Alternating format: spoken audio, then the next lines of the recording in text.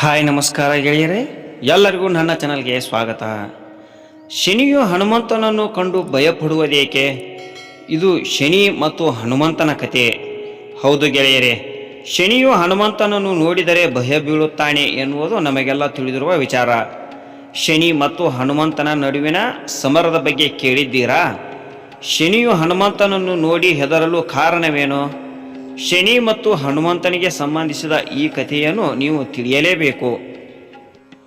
ಹನುಮಂತನ ಬಗ್ಗೆ ಅನೇಕ ಮಹಾನ್ ಕಥೆಗಳಿವೆ, ಆದರೆ ನಾವಿಂದು ನಿಮಗೆ ಹನುಮಂತನಿಗೆ ಮತ್ತು ಶನಿದೇವನಿಗೆ ಸಂಬಂಧಿಸಿದ ಕೆಲವು ಕಥೆಗಳನ್ನು ಹೇಳಲಿದ್ದೇವೆ. ಶನಿದೇವನು ತನ್ನನ್ನು ತಾನು ಅತ್ಯಂತ ಶಕ್ತಿಶಾಲಿ ಎಂದು ಪರಿಗಣಿಸಿದನು ಮತ್ತು ಅವನು ತನ್ನಲ್ಲಿ ಬಹಳಷ್ಟು ಅಹಂಕಾರವನ್ನು ಹೊಂದಿದ್ದನು. ಆದರೆ ಅವನು ಹನುಮಂತನನ್ನು ಎದುರಿಸಿದಾಗ ಏನಾಯಿತು? ಇವಾಗ ನಾವು 5 ಆಸಕ್ತಿದಾಯಕ ಕಥೆಗಳ ಬಗ್ಗೆ ತಿಳಿಯೋಣ ಬನ್ನಿ. ಗೆಳೆಯರೇ, ಇವಾಗ ನಾವು ಮೊದಲನೆಯ ಕಥೆಯಾಗಿ ಶನಿ ಮತ್ತು ಹನುಮಂತ ದೇವರ ನಡುವಿನ ಗದಾ ಯುದ್ಧದ ಕಥೆಯ ಬಗ್ಗೆ ನೋಡೋಣ ಬನ್ನಿ. ಬಾಲ್ಯದಲ್ಲಿ ಶನಿದೇವನು ತನ್ನ ಹೆತ್ತವರೊಂದಿಗೆ ಕೋಪಗೊಂಡು ಮನೆಯಿಂದ ಓಡಿ ಹೋಗುತ್ತಾನೆ ಮತ್ತು ತನ್ನ ಶಕ್ತಿಯ ಬಲದಿಂದ ಜನರಿಗೆ ತೊಂದರೆ ನೀಡಲು ಪ್ರಾರಂಭಿಸುತ್ತಾನೆ ಎಂದು ಹೇಳಲಾಗುತ್ತದೆ. ಇದರಿಂದಾಗಿ ಶನಿದೇವನು ಗ್ರಾಮಕ್ಕೆ ಬೆಂಕಿ ಹಚ್ಚುತ್ತಾನೆ, ಏಕೆಂದರೆ ಆ ಗ್ರಾಮದ ಜನರು ಶನಿಗೆ ನೀರನ್ನು ಕುಡಿಯಲು ಬಿಡುವುದಿಲ್ಲ.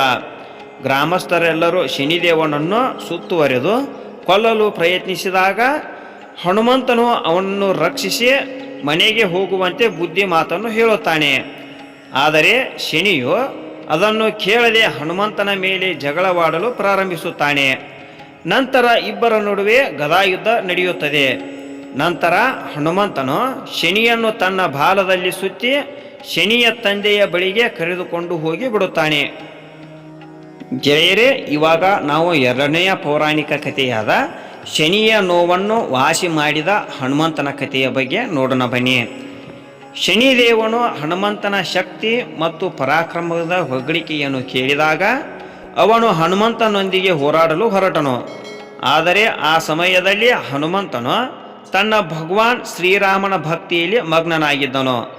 ಆಗ ಶನಿದೇವನು ತನ್ನ ಶಕ್ತಿಯ ಗರ್ವದಿಂದ ನುಗ್ಗಿ ಬಂದು ಹನುಮಂತನ ರಾಮ ಭಕ್ತಿಗೆ ಭಂಗ ತಂದನು ಮತ್ತು ಯುದ್ಧಕ್ಕೆ ಸವಾಲು ಹಾಕಿದನು.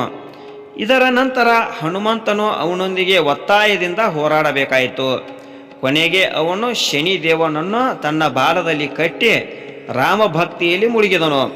ಶನಿದೇವನ ಬಹಳಷ್ಟು ಪ್ರಾರ್ಥಿಸಿದನು, ಆದರೆ ನಂತರ ಅವನು ಶನಿದೇವನನ್ನು ಮುಕ್ತಗೊಳಿಸಿದನು. ಶನಿದೇವನಿಗೆ ಸಾಸಿವೆ ಎಣ್ಣೆಯನ್ನು ಹಚ್ಚುವ ಮೂಲಕ ಶನಿಗಾದ ನೋವನ್ನು ನಿವಾರಿಸಿದನು.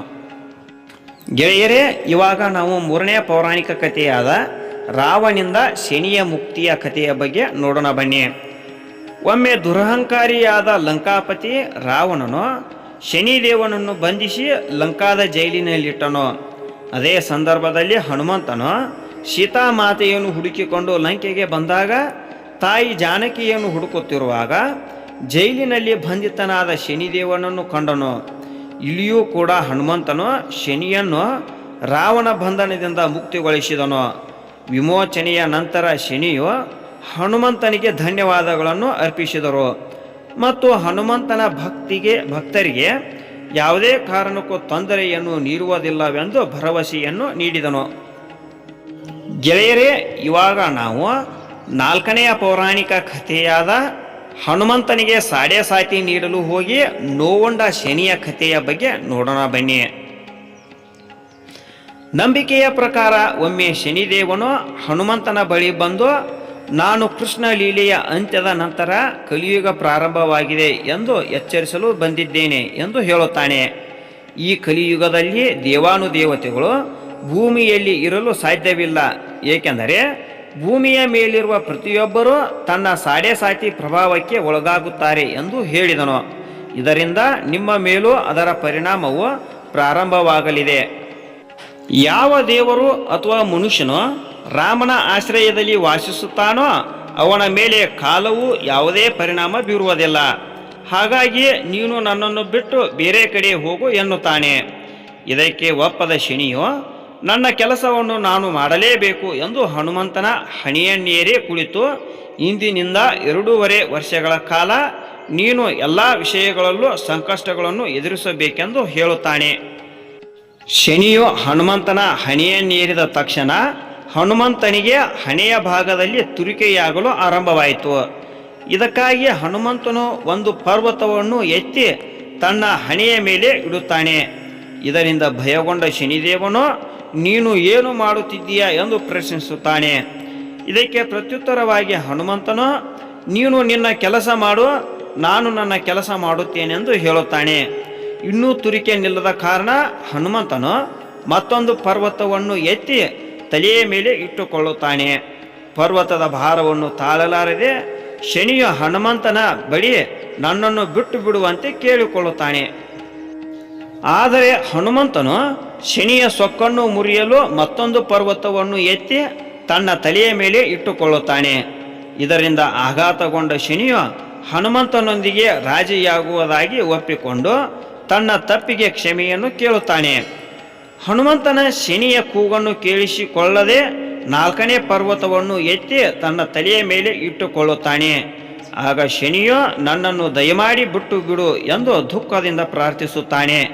ನಂತರ ಹನುಮಂತನು ಶನಿಯನ್ನು ನೋವಿನಿಂದ ಮುಕ್ತಗೊಳಿಸುತ್ತಾನೆ. ಗೆಳೆಯರೇ, ಈ ಸ್ಥಳದಲ್ಲಿ ಅಂದರೆ ಈ ದೇವಾಲಯದಲ್ಲಿ ಶನಿಯು ಹನುಮಂತನ ಪಾದದ ಕೆಳಗೆ ಕುಳಿತಿದ್ದಾನೆ. ಅದು ಯಾವ ದೇವಸ್ಥಾನ ಎಲ್ಲಿದೆ ಅಂತ ಇವಾಗ ನೋಡೋಣ ಬನ್ನಿ. ಗುಜರಾತ್ನ ಭಾವಾನಗರದಲ್ಲಿರುವ ಸಾರಂಗಪುರ್ ಗ್ರಾಮದಲ್ಲಿರುವ ಕೃಷ್ಣ ಭಂಜನ ಹನುಮಾನ್ ದೇವಸ್ಥಾನವು ಬಜರಂಗ ಬಲಿಯ ಪಾದದ ಕೆಳಗೆ ಶನಿದೇವನು ಕುಳಿತಿರುವ ಏಕೈಕ ದೇವಾಲಯವಾಗಿದೆ. ವಿಶೇಷವೆಂದರೆ ಇಲ್ಲಿ ಶನಿದೇವನು ಸ್ತ್ರೀ ರೂಪದಲ್ಲಿ ಕುಳಿತಿದ್ದಾನೆ.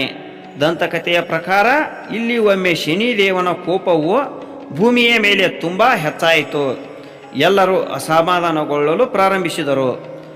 ಆಗ ಜನರು ಹನುಮಂತನ ಆಶ್ರಯವನ್ನು ಬೇಡಿಕೊಂಡರು.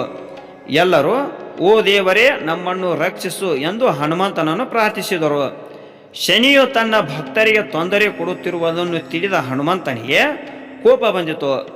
ಕೋಪದಲ್ಲಿ ಅವನು ತನ್ನ ಗದೆಯನ್ನು ಎತ್ತಿಕೊಂಡು ಶನಿದೇವನನ್ನು ಹುಡುಕಲು ಪ್ರಾರಂಭಿಸಿದನು.